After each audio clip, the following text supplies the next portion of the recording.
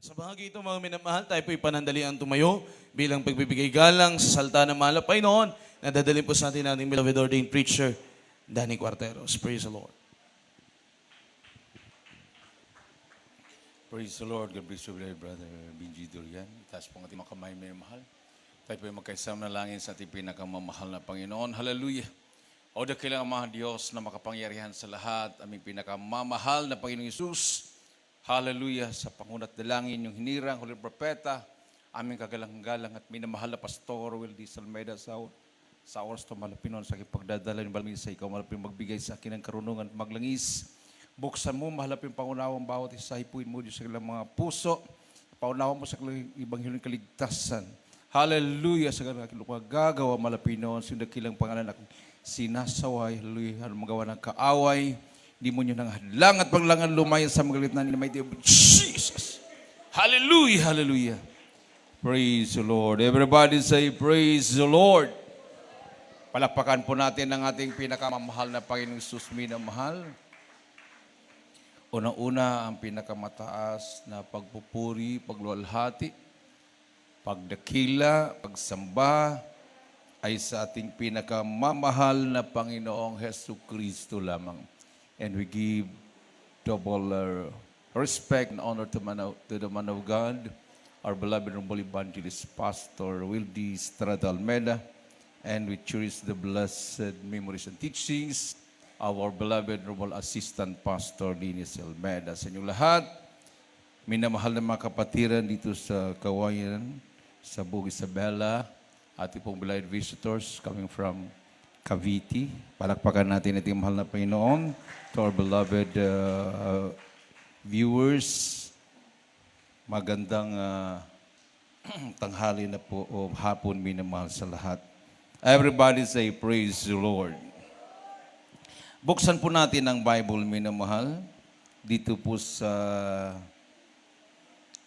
Matthew chapter 24, verse 21. Pakinggan po natin ang mainam. Dito sa Ebanghelyo ayon kay Mateo, ang kabanata 24, ang talata po ay 21. Ganito po nasusulat. Ang sabi po rito, sapagkat kung magkagayoy, magkakaroon ng malaking kapigatian, na ang gayoy di nangyayari buhat pa sa simula ng sanlibutan hanggang ngayon, at hindi na mangyayari kailanman. Amen. Magkaroon ng kapighatian sa buong sanlibutan. Na ito, pag mangyari, minamahal, hindi na mangyayari kailanman. So, ang tinutukoy po dito, minamahal, ay ang mayroon pong mangyaring trahedya. O sabihin natin, plague, na ito po'y worldwide. Buong mundo mararanasan ito. At pag mangyari ito, minamahal, hindi na ito mauulit pa. Ngayon, itong ating naranasang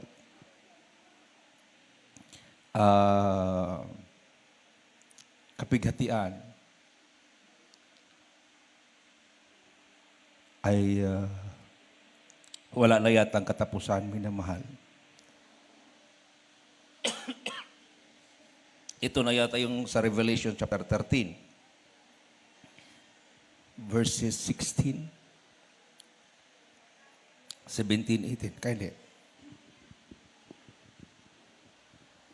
Dito po sa aklat ng mga Apokalipsis, kabanatang 13, talata po'y 16 hanggang 18. At ang lahat maliliit at malalaki, at mayayaman at mga dukha, at ang mga laya at ang mga alipin, ay pinabigyan ng isang tanda sa kanilang kanang kamay o sa noo, at nang huwag makabili o makapagbili ang sinuman, kundi siyang mayroong tanda sa makatuwid ay ng pangalan ng hayop o bilang ng kanyang pangalan. Dito'y may karunungan Ang may pagkaunawa ay bilangin ang bilang ng hayop, sapagkat siyang bilang ng isang tao, at ang kanyang bilang ay 666. Amen. Everybody say, praise the Lord. 666. Hindi ka makabili, hindi ka binta.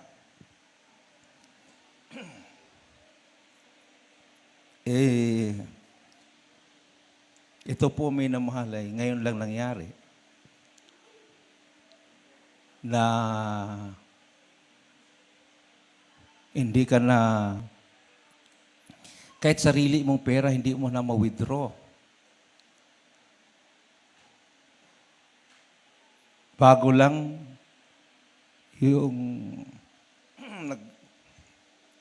nagbayad kami ng car loans.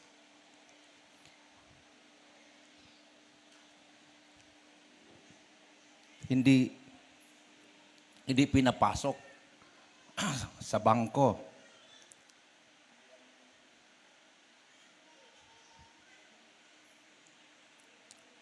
Tapos, nung sinabi na magbayad ng sasakyan, yun, siguro natakot dahil hindi sila bayaran. Amen. Pero sabi, next month, hindi na daw pwede. So, paano yun? Kung mayroon kang deposito sa bangko, hindi na rin pwedeng withdrawin. May kapatiran tayo na pilitang magpabakuna dahil hindi na siya makapagbinta ng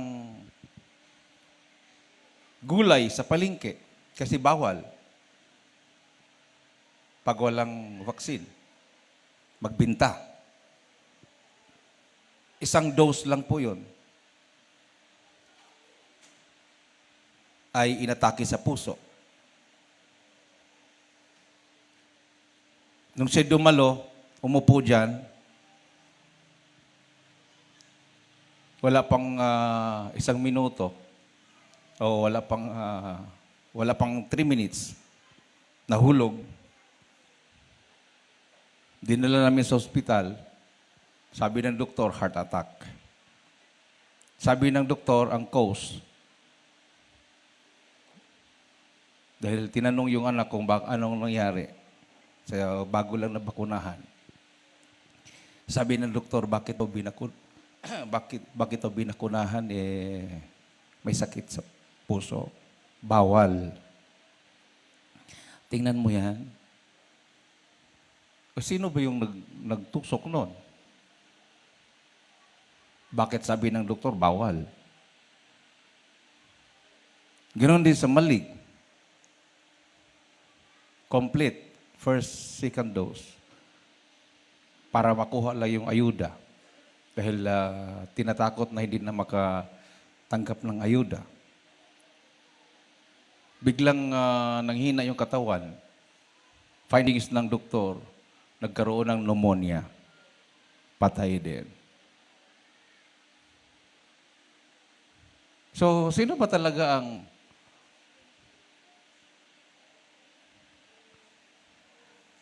nasa delikadong buhay? Vaccinated or unvaccinated?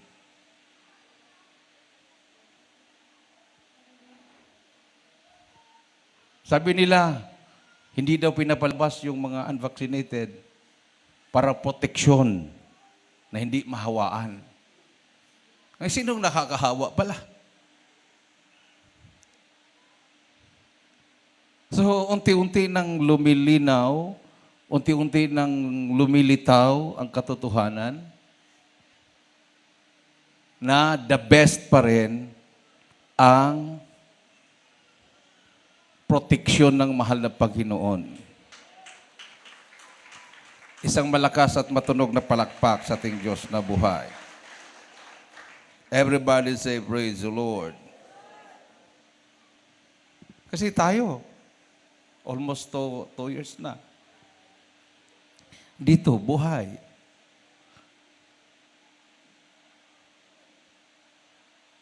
Nakaranas ng ubo, sipon, lagnat, parang normal lang. Wala namang kaibahan.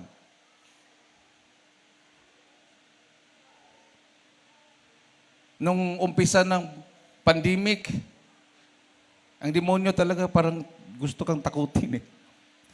May youth choir dyan na, Kuya, hindi na daw makahinga. Hindi na makaamoy. Sabi niya, hindi na makaamoy, makahinga. Pinuntahan ko sa quarter. Paano makahinga? Nakaikot yung kortina, nasa loob siya ng ilalim ng double deck. Sa first deck siya. Nakaikot yung kortina, parang walang hangin pumasok. Hindi talaga makahinga. Right after nung nalihan, kumusta na, sabi ko. Normal na, pinagaling na mahal ang Panginoon. Everybody say, praise the Lord. So ang demonyo kasi minamahal, pag once na mayroon ka ng maramdaman na parang kumakatin na yung lalamunan mo, inuubo ka na, sinisipon ka na, ang bulong ng demonyo, virus na yan, coronavirus na yan, mamatay ka na dyan. No? Mamatay ka na dyan. So yung fear, yung takot, yun yung makakamatay sa'yo. Amen. Fear is poisonous. Ang takot ay nakakalason. Nakakaroon ka ng depression. Kapatiran natin sa Tugigaraw, nagtrabaho sa City Hall. Nagpa-check up sa Tabok. Sabi ng doktor, positive ng COVID. Walang katid sa kanya, hindi siya tinatanggap sa hospital sa Tabok. Pinakuha ng ambulansya. Dinala sa CBMC. Chinek up uli. Positive nga. Hindi na daw siya makahinga. Nung nalaman niya positive ng COVID, lalo puro siyang parang para daw siyang nawalan ng pag-asa. Nung pinag-decide siya, i-admit, sigurado oxygen nun. Ang kasunod nun, tutubuhan siya. Nagpa-counsel sa akin. Kuya, anong gawin ko? Positive ako ng COVID. Sabi ko na naginip ako. Nagpa-check up ako sa doktor. Positive daw ako ng COVID. Sabi ng doktor sa akin, kung magpa-admit ka, tutubuhan kita. Pero kung ayaw mong matubuhan, mag-fasting ka ng 3 days. Wala na yan. Nung nabasa niya yung aking chat, parang yung panaginip ko, parang inangkin niya siya yun. So, instead na magpa-admit siya, ayaw niyang matubuhan, nag-fasting siya. Unang araw ng kanyang fasting, ang tinanggal ng Diyos, yung kanyang takot. Amen. Kasi uso pa noon yung cremate, yung sunog kagad. Sunog. Abo na paglabas. Kasi kaumpisa pa lang ngayon eh. Unang-unang tinanggal yung takot. Pangalawang araw, napuspusin sa presensya ng malapi noon. Hindi na siya nahirapang huminga. Pangatlong araw, naglakad na siya, nagtrabaho na siya. Nag-ipot na sa trabaho. Negative na po minamahal yung resulta ng swab test sa kanya. Palakpakan natin ang ating mahal na Panginoon. So, ibig sabihin, may demonyo talaga. Sinakyan ng demonyo. Amen. Itong mga viruses na ito minamahal, hindi po ito normal na virus. May sumakay na demonyo. Sabi nga ng Bible, Satan came to kill, to steal, and to destroy. Amen. Everybody say, praise the Lord. But our Lord Jesus Christ came to give us life, eternal life in heaven. Amen. So, ikumpara mo yung dalawa. Ang mahal na Panginoon, nagbibigay ng buhay. Nagpapagaling ng sakit. Nagbabangon ng patay. Nagbabago ng buhay. Si Satanas naman opposite. Takutin ka. Bigyan ka ng sakit. Bigyan ka ng problema. Lahat-lahat niyan, hindi naman niya inaamin na siyang nagbibigay. Ang tao naman ang pinagbintangan ng Diyos. Amen. Lord, bakit mo ko binigyan ng problema? Lord, bakit mo ako binigyan ng sakit? Hindi trabaho ng malapino niyan. Sabi nga ng Biblia, I am the Lord that healeth thee. Ako ang Diyos na nagpapagaling. Amen. Palapakan natin ng ating mahal na Panginoon. Mahal. Hindi naman siya Diyos na katulad ng mangkukulam. Nakukulamin ka muna bago ka gamutin. Di ba, trabaho ng mangkukulam yan? Bigyan ka muna ng sakit, kulamin ka, tapos mamaya paulapit ka sa Kanya, gamutin ka. Ang malapit nun, hindi. Exodus 15:26. Ati pong basahin. Dito po sa aklat ng Exodo, Kabanatay 15, talata po ay 26, ganito po nasusulat. At sinabi, kung iyong didinggi ng buong sikap ang tinig ng Panginoon mong Diyos, at iyong gagawin na matuwid sa kanyang mga mata, at iyong didinggi ng kanyang mga utos, at iyong gaganapin ang lahat niyang mga palatuntunan, ay wala akong ilalagay na karamdaman sa iyo na gaya ng inilagay ko sa Egypto, sapagkat ako ang Panginoon na nagpapagaling sa iyo. Palakpakan natin ang ating Diyos na buhay. Pinahintulutan lang niya, minamahal, ang mga karamdaman, ang mga sakuna, mga salot, doon sa mga hindi naniniwala sa Kanya. Amen. Like the Egyptians. Egyptians, they are pagan. They worship yung mga animals, baka,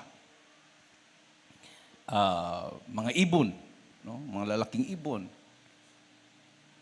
Yun yung kanilang sinasamba. Samantala yung mga Israelites, tumatawag sa Diyos, walang Diyos na nakikita, espiritu. Pero nandoon din sila sa Egypt, sa isang lugar doon, sa Gosen, no? Isang probinsya ng Egypt. Halimbawa kung sa Philippines pa, Isabela. Sana nga, no? Yung Gosen na yon, lahat na pinadala ng Diyos na salot sa Egypt, exempted ang Gosen. Exempted. Yung maraming langaw, milyon na langaw, tapos hindi pa rin nahipo ang puso ng Parao na pakawalan ng mga Israelites. Dumating yung palaka, daming palaka. Siguro kung konti lang, pwede pang kainin yun. Pero kung marami na, milyon-milyon na, pumapasok na sa kwarto, doon sa higaan mo, sa ala, maapakan mo yan, hindi na yan, no? Kahit matataba pa na palaka, hindi mo na maisip kainin yan.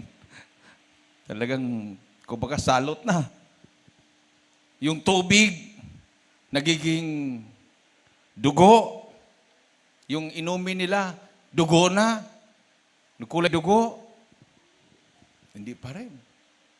Pero sabi ng Bible, pinatigas ng Diyos ang puso ni Parao, yung Pero. Ibig sabihin, kahit anong gawin ni Moises na palabasin na yung mga Israelites dahil may mga salot na nga, hindi pa rin dahil ang Diyos din pala nag-control doon sa puso ng Pero. Para makita siguro yung daming mga himala. Sinong makakita? Yung mga Israelites. Kasi yung mga Israelites, nagdududa pa sila kay Moses. Ito ba talaga si Moses ipadala ng Diyos? Padala ba talaga ng Diyos ito si Moses? So pinatigas ang puso ng Pero para makakita ang mga Israelites kung paano parusahan ng Diyos ang mga Egyptians. Amen. Tapos last na yon, sabi nung Pero, mamatay lahat ng mga unang anak na lalaki ng mga Israelites. The firstborn son ng mga Israelites ay mamatay. Kinurse na niya yung mga Israelites. So sabi ni Moses, kawawa ang Pero. Hindi mayari sa Israel. Hindi mangyayari sa mga Hudyo yon. Sa kanyang mga kababayan mangyayari ang lahat. Everybody say, praise the Lord. So yung mga bahay ng mga Israelites ay pinalagyan ng dugo ang pintuan. Pinalagyan ng dugo. Para pagdaan ng salot ng kamatayan, pag makita yung dugo sa pintuan ng mga bahay ng Israelites, lalampasan sila. At yun na nga ang nangyayari, minamahal. Everybody say, praise the Lord. So, pag nandyan na yung galit ng Diyos, nilalampasan niya ang kanyang mga lingkod. Palapakan natin ng ating mahal na Panginoon. Everybody say, praise the Lord. Sa Ilagan, napaka-istrikto yan. Dahil grabing hawaan. Kuminsan, buong barangay, lockdown. Buong barangay. May kapatiran po tayo dyan.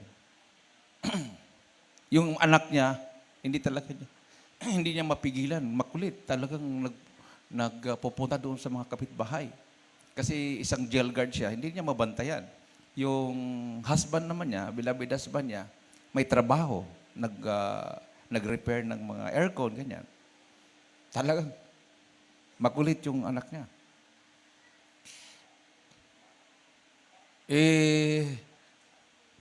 Pumunta yung taga-DOH. Sila lang yung hindi pa na-swab test. Swab test na lahat mga kapitbahay, buong barangay. Positive. Sinwab test ang buong pamilya. Negative ang result.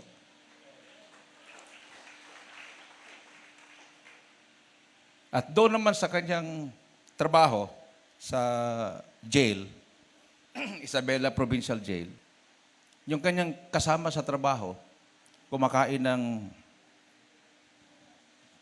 sopas.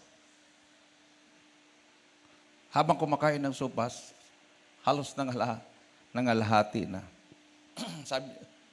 sabi niya, hindi daw niya malalasahan. Wala daw lasa. So, sabi niya doon sa ating kapatiran, walang lasa.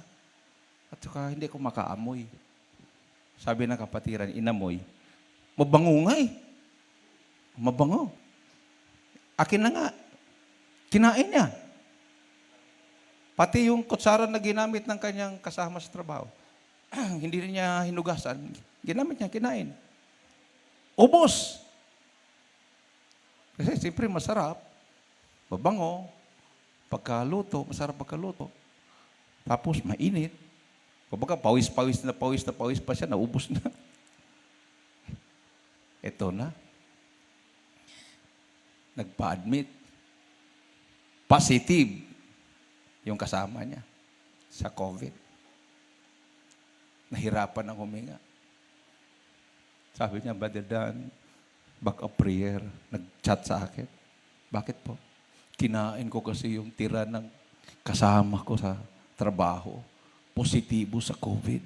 Ako ang first contact tracing. Pero sinuwabtis din sila lahat sa buong opisina. Pero siyang first contact tracing kasi siya yung kadikit at kinain pa niya yung tira. Resulta, negative.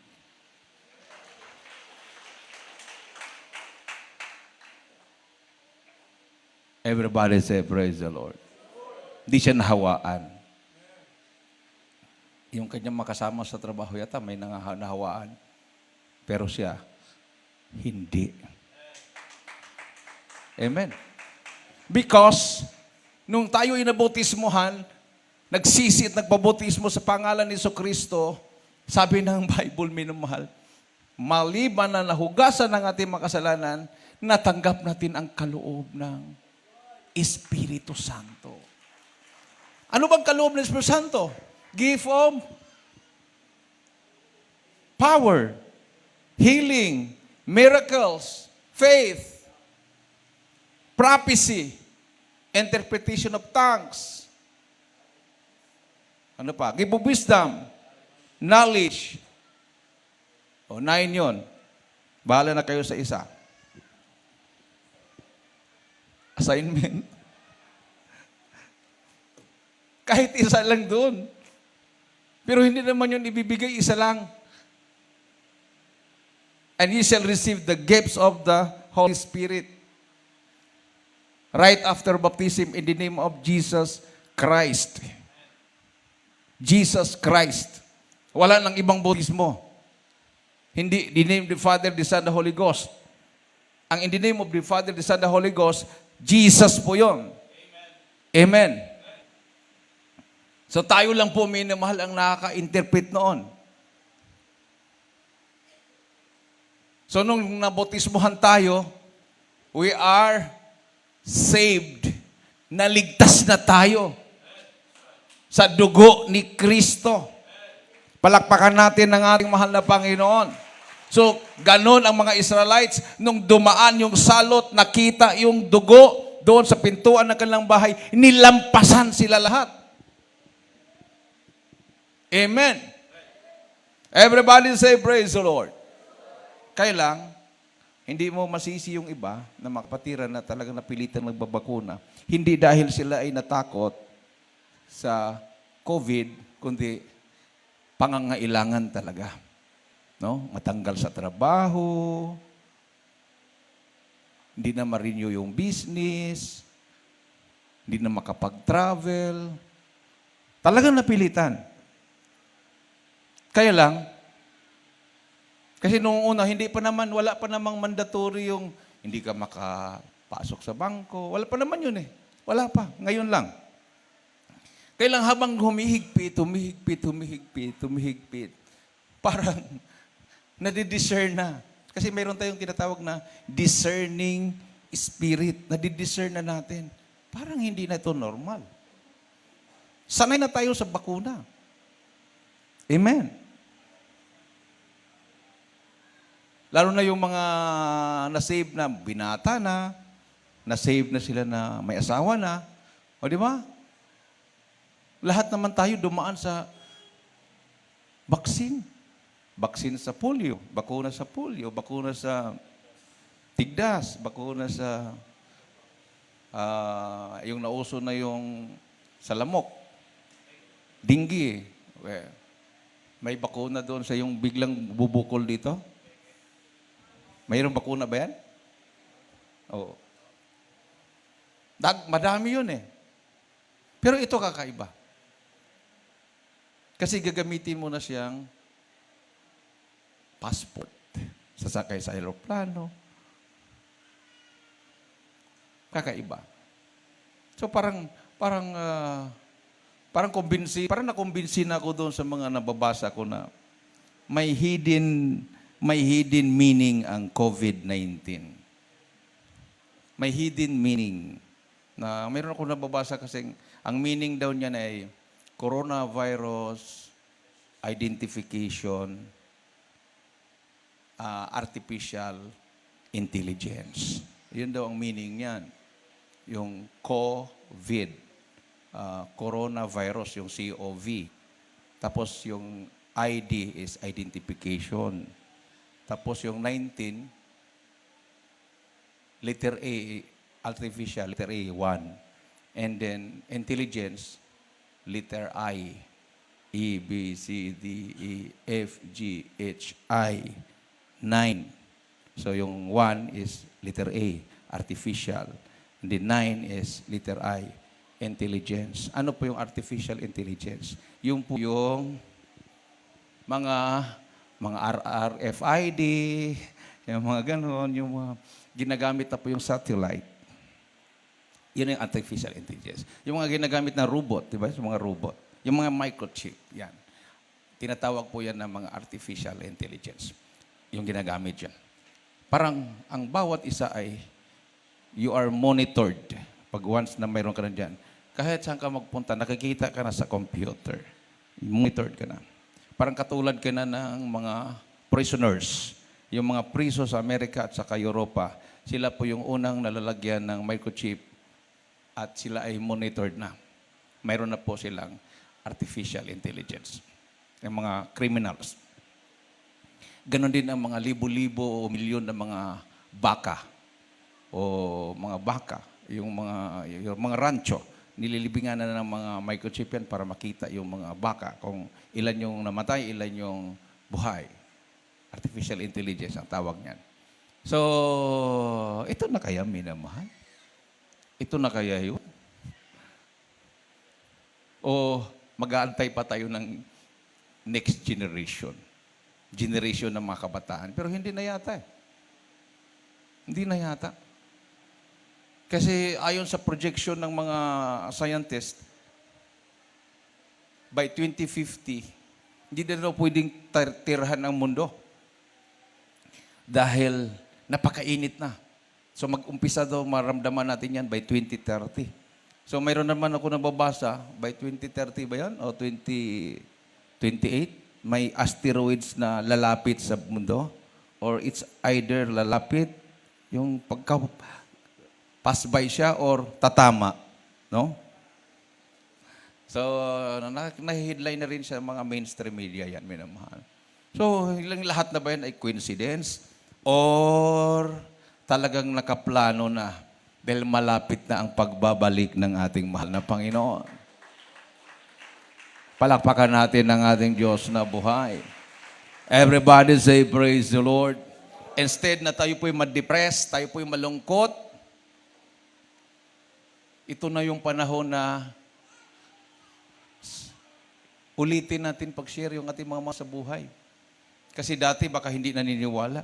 Totoo yung 666 na yun. Fake news, yung Bible, totoo ba yan? Di ba ganon? Kailan ba mangyari na hindi ka na makabili, hindi ka na makabinta, di ba? Mga previous years, mga 1980s, 90s, pagpasok yung year 2000, parang wala pa naman yan. Ngayon lang to, dito lang sa panahon natin, minamahal, nang pumasok ang pandemic. So may lumapit sa akin dito, taga-ibang sekta. Sa kanila, 80% na po yung bakunado. Gusto nilang tumayo sa panampalataya, pero yung kanilang mga pastor, vaccinated na. Naghanap sila ng totoong church na tumayo sa panampalataya. Nung nag-usap kami, sabi ko, we are 100% no. Paano kayo nagkaisa, Brad? Sabi niya sa akin, dahil isa lang ang aming pastor. Desisyon ng nag-iisang pastor ay desisyon na ng lahat. Ang sa inyo, hindi kayo makapag-isa dahil dami kayong pastor. Sabi nga, oo nga eh. Ang pinaka-desisyon daw ng kanilang pinaka-head, bahala na kayo. Bahala na kayo sa buhay. No? Yung, kanya-kanya. So, 80%. 20% na lang. Yung 20% na yon, sabi niya, may kasama na kami na sa Manila, nasa inyo na dumalo. So, yung 20% na naiwan minamahal, naghahanap sila ng totoong iglesia ng mahal na Panginoon na tumatayo sa pananampalataya. Everybody say, praise the Lord.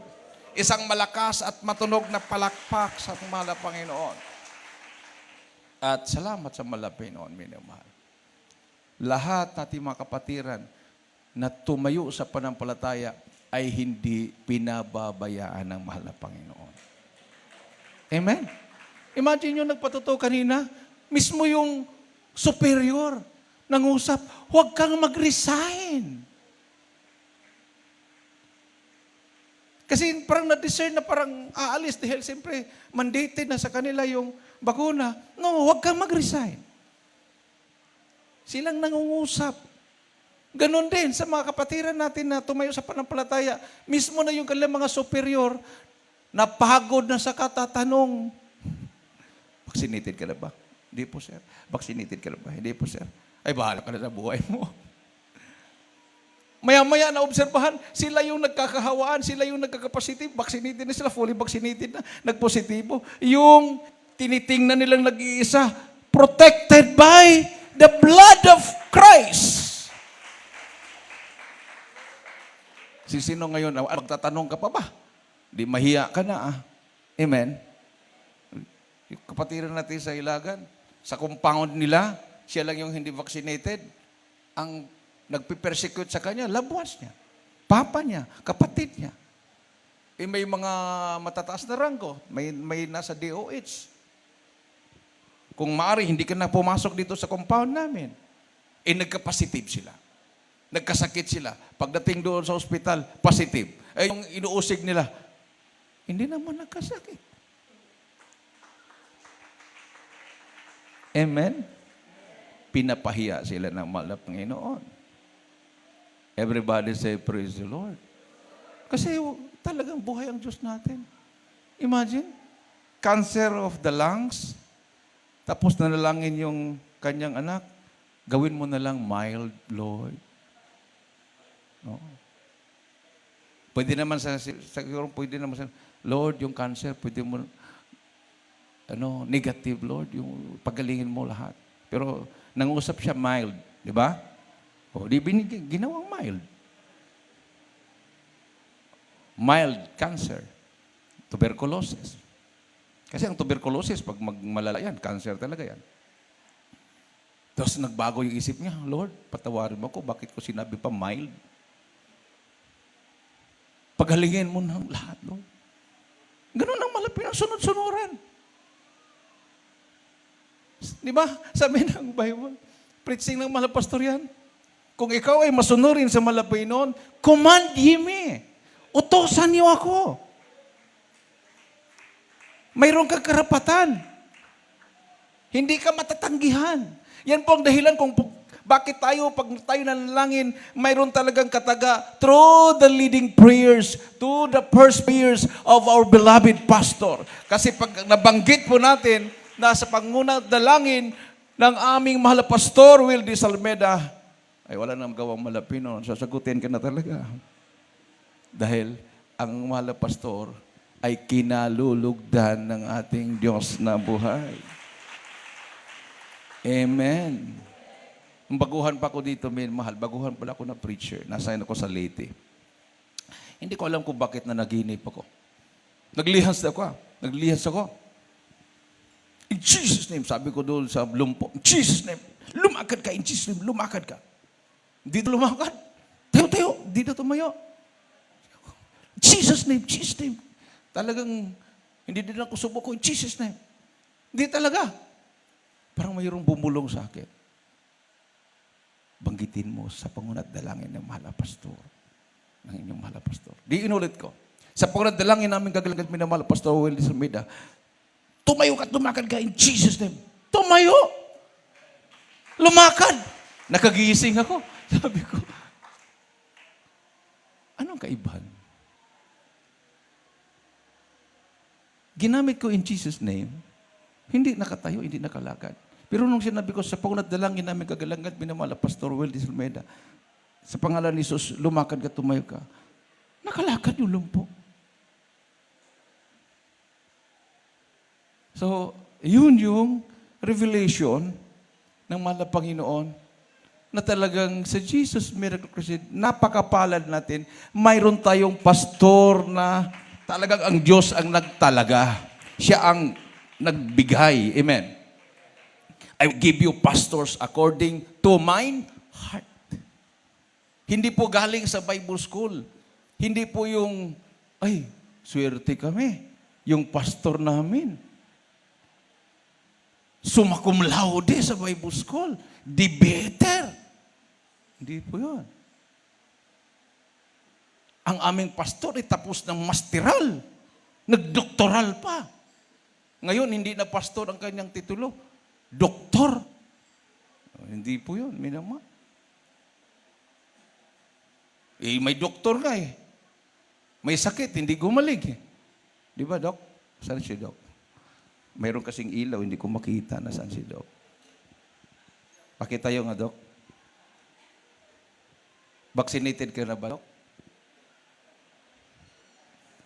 Ay, hindi pa. Ayaw mong magpabakuna. Yun, doktor. Ayaw magpabakuna. Because mayroon na siyang proteksyon galing sa mahal na Panginoon. Ang kanyang beloved wife, doktor din.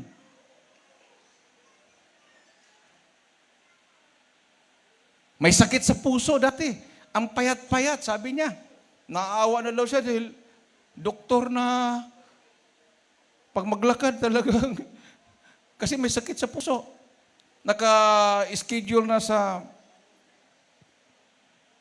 Philippine Heart Center, heart bypass operation. Every time na araw ng schedule, may emergency na pinupuntahan yung doktor na mag-opera, di natutuloy. So sabi niya, pumunta ka dito sa Kawayan, magpakumbaba ka. Bakit kaya sinabi niya magpakumbaba? Baka ayaw maniwala. Magpakumbaba ka, magpabotismo ka, at ilihans ka, gagaling ka. O di pumunta, pabotismo, nilihans. O hindi na niya maramdaman yung kanyang sakit sa puso. Makakalakad na siya ng mabilis. Wala na. Pumunta sa Amerika. Sabi niya, diyan ka na sa Amerika, magpa-check up ka uli kung talagang pinagaling ka na ng Diyos. Kasi nag-doubt pa siguro si Dr. Hel, Canciller. Kung ano ba talaga, pinagaling ba o hindi. Kasi sa Amerika, high-tech doon. Pina-check up, negative talaga, wala na makita na sakit sa puso. Everybody say, praise the Lord. Ang Diyos natin ay Diyos ng himala. Imagine, Jesus Miracle Crusade International Ministry. Yan yung logo na dala-dala natin. Amen? Mga unvaccinated, yan po yung ating pinagmamalaki na logo. Sa mga vaccinated naman, World Health Organization. Doon sila umaasa. Yun ang makapagligtas sa kanilang buhay. World Health Organization. Na may ahas sa gitna. Kung hindi pa kayo nakakita ng logo ng World Health Organization, tingnan niyo mayroong ahas sa gitna. Yan. Pero sa atin naman, hindi ahas. Dove. Symbol of Holy Spirit. Amen. At malaking pangalan, hindi world, Jesus. Amen. Everybody say, praise the Lord. Jesus Miracle Crusade. World Health Organization. Organisasyon ng ang kanilang trabaho ay para sa kalusugan ng tao. Yun yung kanilang trabaho nila. Proteksyon, kalusugan ng tao. Ito naman, Jesus Miracle Crusade. Kalusugan din ng tao. Amen. At hindi lang yon, kaligtasan ng ating kaluluwa. Yung healing, para kumbinsihin ka lang. Pero ang pinaka-importante doon, iligtas ka ng mahal na Pinoon. Huling talata, mga Gawa 10:38. 10:38 na mga Gawa.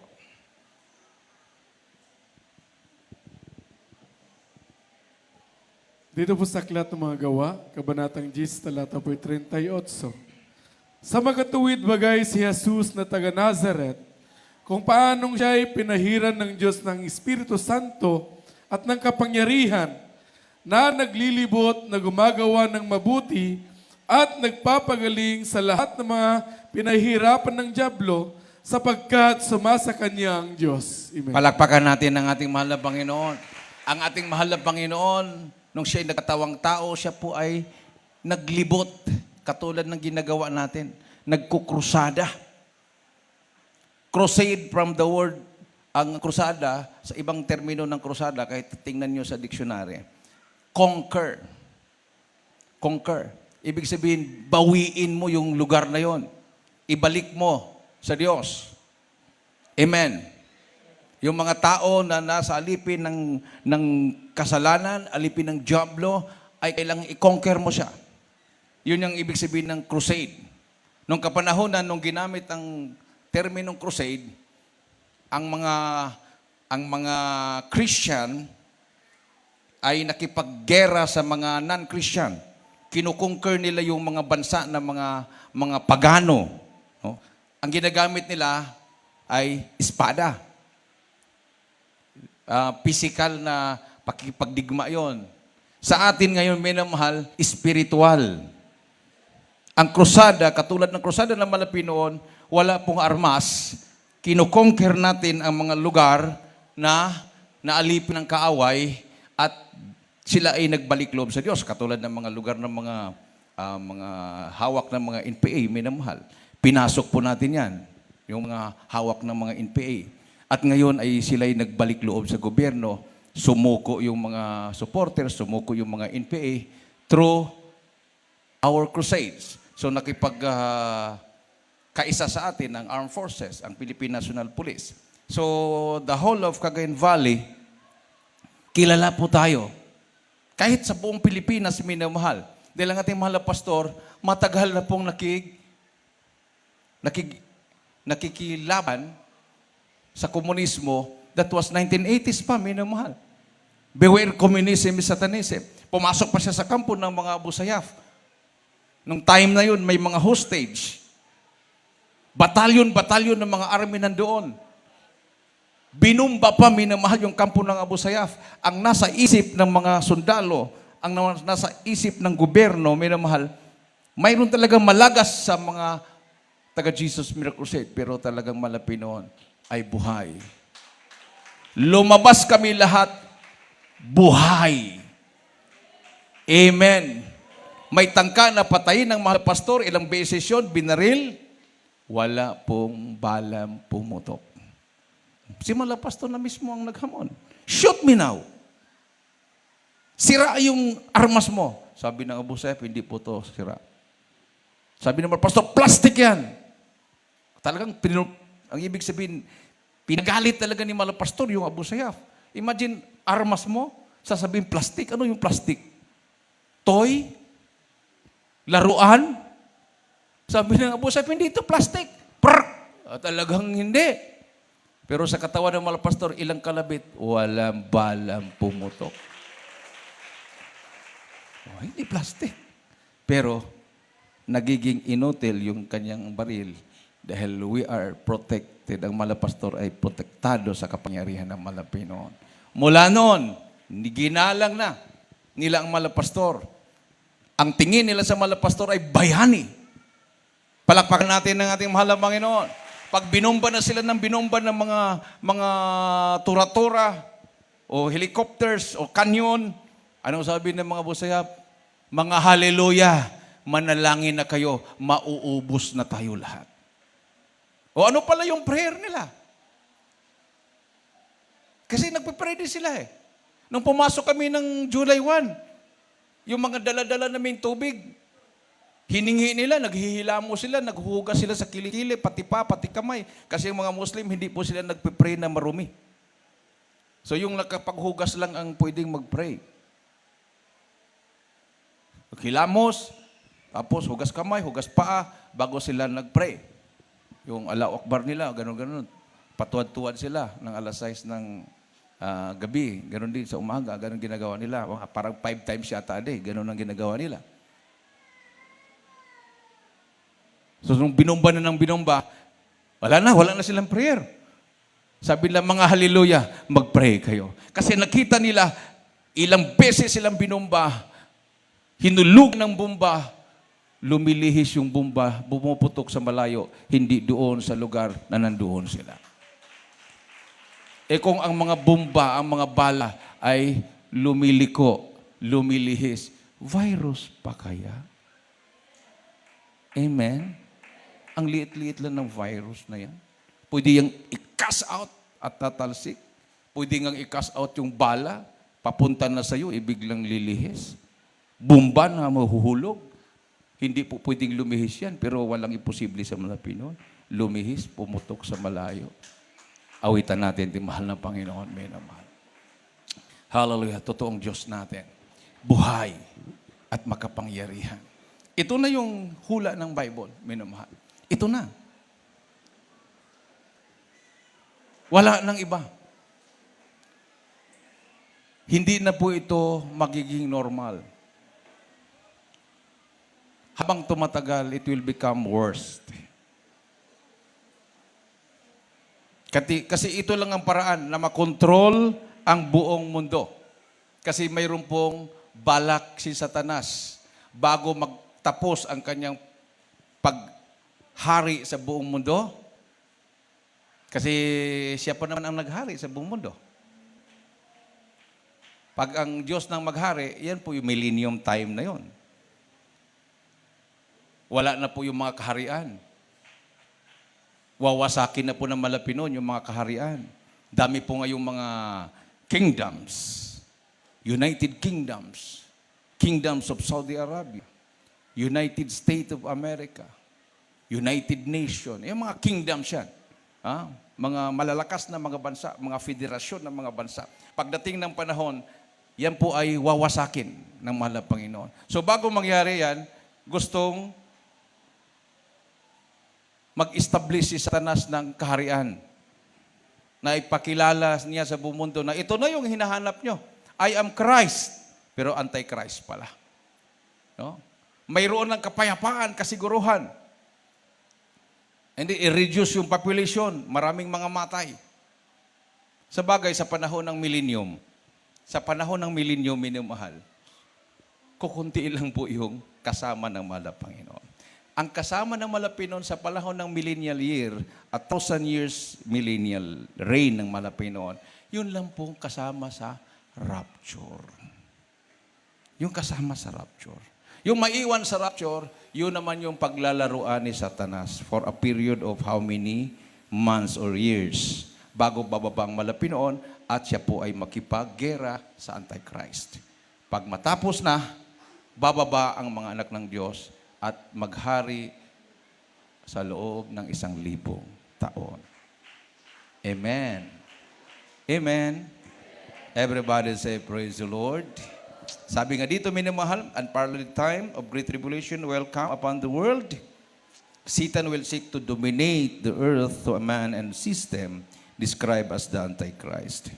So the Antichrist and his false prophet will establish a religious, political, and economic system to control the world. So these satanic maneuvers will bring war, famine, and death. Eventually, the beast will claim to be God. So magpakilala siyang Diyos.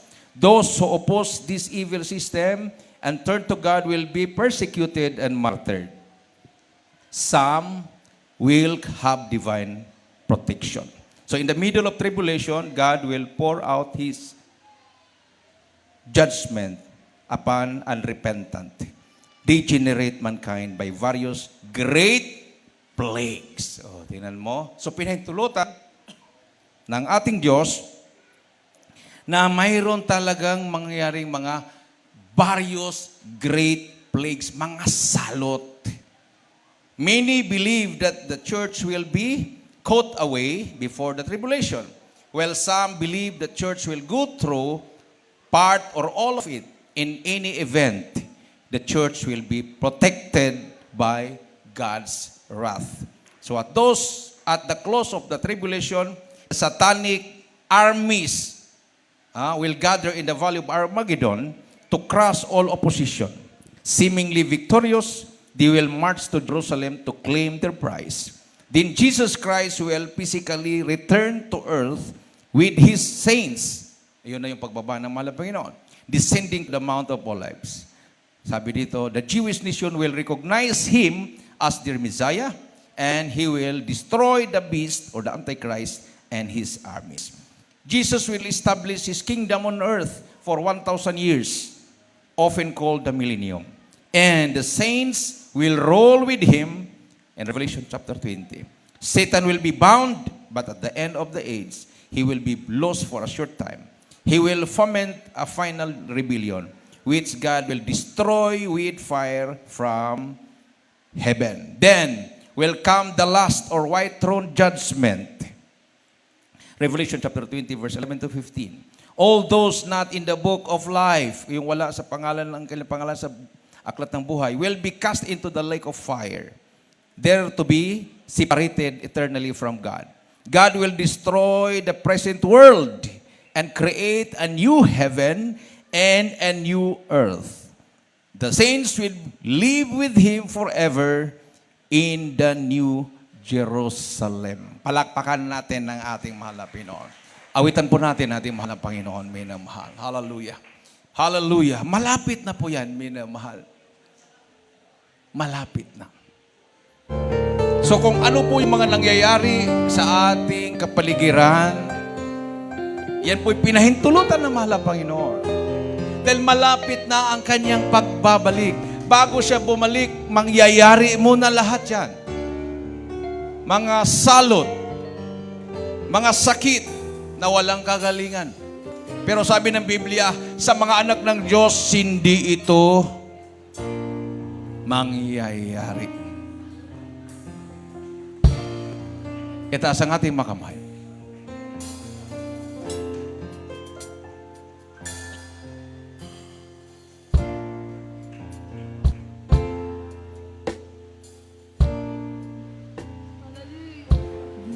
Ang langit ay para sa mga banal, sa katulad ko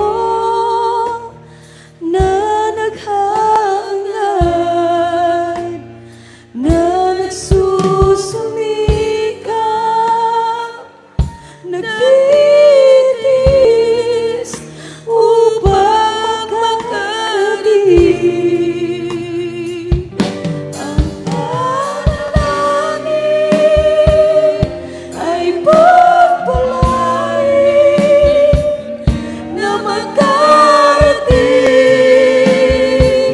sa iyong piling at nagpasanin ay iyong pawin at ang pag-ibig mo, Jesus, sasahin.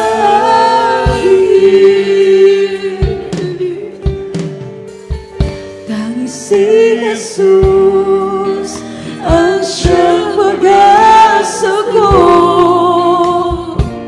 Ang tagumpay mo ay magtatagpo kung magsusulikan at magtatapat sa paglilingkod. Ang panalangin ay pagpalain na magdarating sa iyong piling. At nagpasanin ay iyong bawin at ang pag-ibig mo, Jesus, sasahin. Hallelujah, hallelujah. Nasa ating kalagitnaan na presensya ng ating mahal na Panginoon. Kung ako ay nasa langit na, anong ligaya ang nadarama? Do'y walang iyakan, anong saya ang mapagpiling ka. Ang panalangin ay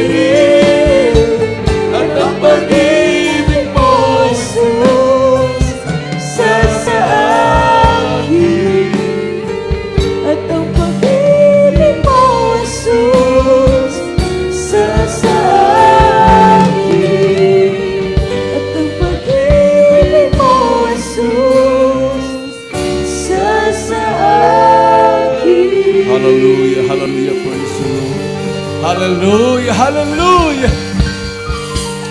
Sa lahat ng mga baguhan na narito, sumunod ka sa panalangin ito. May mahal panalangin sa pagsisisi. Mayroon pong 4 na reglamento ang kaligtasan. Una-una, panampalataya. Faith cometh by hearing and hearing by the word of God. Pangalawa, ang pagsisisi na ginagawin po ninyo ngayon.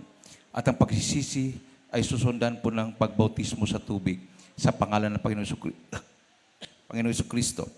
Pang-4, Diyos nang gagawa, bautismo sa Espiritu Santo. Sumugal sa palang ito, banggitin po niyo minamahal. Mahal na Panginoon Jesus, maraming salamat sa Ebanghelyo na kaligtasan na aking napakinggan sa oras na ito. Mahal na Panginoon, patawarin mo ako sa lahat na aking managawang kasalanan. Ako po ay taos-puso na nagsisisi. Tinatanggap kita na aking personal na tagapagligtas. Panginoon, Diyos, Hari ng aking buhay. Pumasok ka sa aking puso. Isulat mo aking pangalan sa aklat ng buhay, sa kalangitan. Ligtas mo ako. 10, aking mamahal sa buhay. Ako'y maglilingkod sa iyo mula ngayon hanggang sa iyong pagbabalik. In Jesus' name, I pray. Amen and amen. Praise the Lord. Nakilaman Diyos na mga sa lahat. Amin itong mga kapatiran, malapit mga baguhan na narito na tumanggap sa iyo malapit noon. Patawarin mo sa kalang kasalanan, baguhin mo, gawin mo silang tunay Kristyano. Isuot mga pangalan sa kabuhay sa iligtas mo sila malapit noon. Sampuin mo sa buhay na mitib. Jesus, I pray. Amen and amen. Praise the Lord. Palapakan po natin malapit noon, minamahal. Magpabautismo po kayo after po natin po nalagawain. Tayo po yung manalangin sa ating po mga pangailangan. Ilagay po yung kanang kamay sa ulo, kaliwang kamay sa parte ng katawan na may karamdaman. Minamahal. Hallelujah. Manalangin po tayo sa ating malapit. Magsisi pong bawat isa. Hallelujah. Praise the Lord. Hallelujah. Hallelujah. Hallelujah. Hallelujah. Praise the Lord. Nakilaman Diyos na makapangyarihan sa lahat. Aming pinakamamahal na Pinsos. Minsan pa mahal na Pinoon. Humingi po kami ng kapatawaran sa kami nagkulang nagkakamali. Ano mga may naisip na gawin na bang itim mga labi na hindi kaya ay sobrang patawan mong bawat sa mahal na Pinoon. Sa pangnadalangin yung hinirang huling propeta, aming kagalang-galit minamahal na pastor, Will Disalmeda sa pumanalangin ng kanyang minamahal manag. Aking sinasaway, anumang gawa ng kaaway, demons of viruses, sickness and diseases, demons of cancer, leukemia, vices, problems, unbelief and doubts, vices cast out in the name of Jesus. Hallelujah. Demons of COVID-19 cast out in the name of Jesus. Hallelujah. In Jesus' name. In Jesus' name. In Jesus' name. Be healed. Be healed right now in the name of Jesus. In Jesus' name. Praise the Lord. Tumayo po tayong lahat, minamahal, bilang pasalamat sa ating Diyos na buhay. Tumalon po tayo ng 3 beses. Sabay-sabay po natin isigaw ang hallelujah. Praise the Lord 3 times. Hallelujah! Hallelujah! Hallelujah! Praise the Lord. Everybody say praise the Lord. Ay po dumako na po sa ating announcement.